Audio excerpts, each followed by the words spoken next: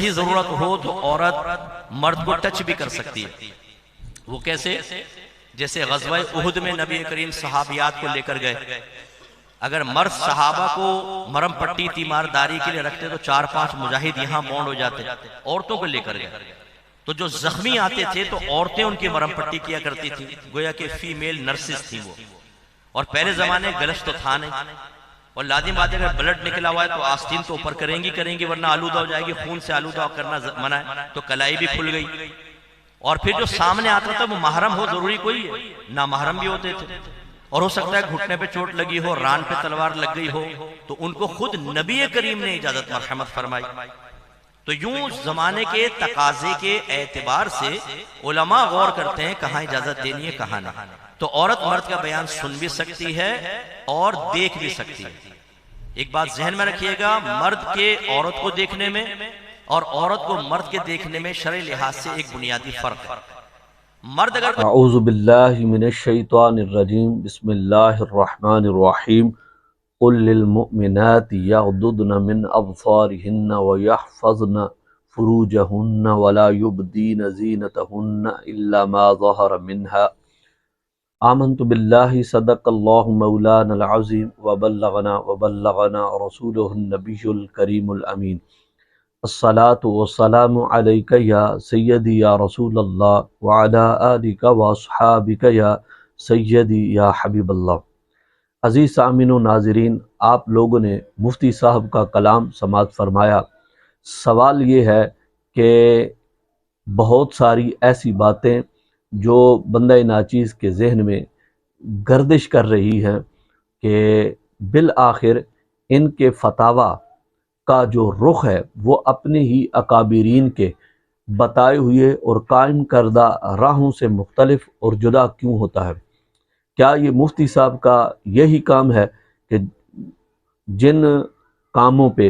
اکابرین نے شدت اختیار کی تھی کیا انہی کے خلاف فتوے دینا ہے؟ اگر آخر ایسا کیوں ہے کہ یہ احکام شرعیہ میں اس نوعیت کی نرمیاں پیدا کر کے یہ کن طبقات کو خوش کرنا چاہتے ہیں، کن طبقات کی خوشنودی حاصل کرنا چاہتے ہیں؟ بالخصوص مستورات کے حوالے سے یہ بہت زیادہ چھوٹ اور نرمیاں دیتے ہوئے نظر آتے ہیں۔ احکام شرعیہ میں اس قدر نرمیاں، کبھی تو یوں کہہ دیتے ہیں کہ ڈرامہ، اصلاحی ڈرامہ دیکھنا وہ جائز ہے، کبھی کیا کہتے ہیں، کبھی کیا کہتے ہیں، کبھی فقہی مسئلوں میں اتنی فوش غلطی کر جاتے ہیں کہ جس کی کوئی انتہا نہیں۔ بندہ حیران ہو جاتا ہے کہ جب اتنا بڑا منصب ہے تو اتنی چھوٹی چھوٹی غلطیاں، اور یہ پھر ایسی غلطیاں پھر ان پہ ڈٹ جانا، پھر ان غلطیوں پہ رجوع نہ کرنا، یہ ایک عجیب داستان ہے۔ عزیز سامعین و ناظرین، آپ لوگوں نے مفتی صاحب کا یہ کلام سماعت فرمایا کہ مفتی صاحب کھلم کھلا مجمع عام میں بیٹھ کے ضرورت شدیدہ کا نام دے کر حدود شرعیہ میں نرمیاں پیدا کرتے ہوئے دکھائی دیتے ہیں، جیسا کہ ان کے پیچھے کوئی لگتا ہے کہ بہت بڑا ہاتھ ہو کہ آپ اس طرح کی یہ چیزیں پیدا کرتے جائیں، اور شریعت کی جو حدود ہیں وَمَن يَتَعَدَّ حُدُودَ اللَّهِ فَقَدْ ظَلَمَ، لگتا ہے کہ انہیں قرآن کی اس آیت کا مطلب معلوم نہیں ہے، اگر معلوم ہوتا تو شاید ایسا نہ کرتے۔ عزیز سامعین و ناظرین، جہاں ضرورت شدیدہ پیدا ہو جائے وہاں بالخصوص اس طرح کے واقعات رونما ہو اپنا اس طرح کی چیزیں جب پیدا ہو جاتی ہیں تو وہاں پر شریعت کی جانب سے چھوٹ ملتی ہے، لیکن وہ چھوٹ اس طرح نہیں ہوتی کہ جس طرح باقی چیزیں بیان کی جاتی ہیں، اور یہ چھوٹیں بھی اسی طریقے سے بیان کی جائیں تاکہ عوام خود جو ہے اپنا راستہ اختیار کر لے۔ اب میرا سوال یہ ہے کہ کیا لوگوں کو، عام لوگوں کو جن کو یہ بتا رہے ہیں، انہیں ضرورت شدیدہ، ضرورت صحیحہ کا انہیں کیا پتہ کہ کس مقام پہ ضرورت صحیحہ پیدا ہوتی ہے اور کس مقام پہ نہیں ہوتی؟ وہ تو جب بھی دیکھیں گے کہ مجھے اس بات کی ضرورت ہے، وہ اس بات کو سمجھ لیں گے کہ یہ ضرورت بن گئی ہے، لہٰذا یہاں پر میں یہی کام کر لوں۔ تو دوسری بات یہ ہے کہ یہ جہالت پر مبنی ہے کہ آپ نے غزوہ احد کے حوالے سے جو بات کی ہے، حالانکہ آپ کو یہ بات معلوم ہونا چاہیے کہ بخاری شریف کے جس مقام پر یہ بات ذکر ہے یا جس جگہ پر بھی ذکر ہے تو اس کے ضمن میں علامہ بدر الدین عینی رحمہ اللہ تعالی علیہ نے اس مقام پہ نیچے حاشیے میں انہوں نے امام نووی کے حوالے سے یہ ذکر کر دیا تھا کہ یہ جو ہے پردے کے احکام نازل ہونے سے پہلے کا واقعہ ہے، ابھی پردے کے احکام نازل نہیں ہوئے تھے۔ تو قرآن مجید نے بھی اس بارے میں کھلم کھلا یہ بات واضح طور پر بیان کی ہے، جہاں اللہ تبارک و تعالیٰ نے مومنوں کو نگاہیں نیچی کرنے کا حکم دیا ہے۔ یہ سورہ نور ہے اور آیت نمبر 30 ہے، قُل لِّلْمُؤْمِنِينَ يَغُضُّوا مِنْ أَبْصَارِهِمْ وَيَحْفَظُوا فُرُوجَهُمْ، کہ اور تم مسلمان مردوں کو حکم دو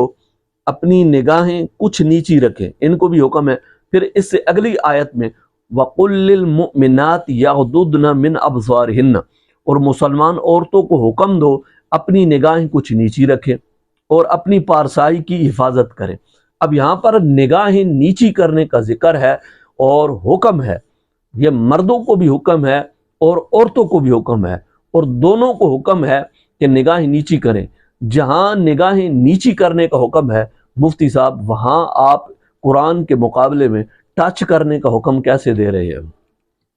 اور پھر آپ کے علم پہ بھی کمال ہے کہ آپ تعجب بالائے تعجب کہ آپ حالت امن کو حالت جنگ پر قیاس کر رہے ہیں، حالانکہ جنگ والے ماحول میں اس طرح کی صورتحال پیدا ہو جاتی تھی لیکن اس کا حل اور تھا۔ لیکن آپ اس نرسنگ سسٹم کو جو آج کل ہسپتالوں کے اندر جاری و ساری ہے، ہسپتالوں کے اندر نرسنگ، یہ کیا کیا معاملات ہوتے ہیں کہ ایک مرد کو لٹا کے اسے ننگا کر کے اس کے مخصوص اعضاء کو ان لڑکیوں کو دکھایا جاتا ہے، یہ نرسنگ ہے۔ تو کیا آپ اس معاملے کو وہ پاکیزہ صحابیات جنہوں نے وہ ضرورت شدیدہ ایسی پیدا ہوئی تھی کہ اس کے علاوہ کوئی چارہ نہیں، حضور صلی اللہ علیہ وسلم اور پاکیزہ دور، وہاں پر انہوں نے اس کام کو سارے انجام دیا تھا، کیا آج کا موجودہ ماحول اور وہ ماحول کیا اس کو ثابت کرنے کے لیے اس پر قیاس کر سکتے ہیں؟ تو کم از کم بندہ یہ تو دیکھ لے۔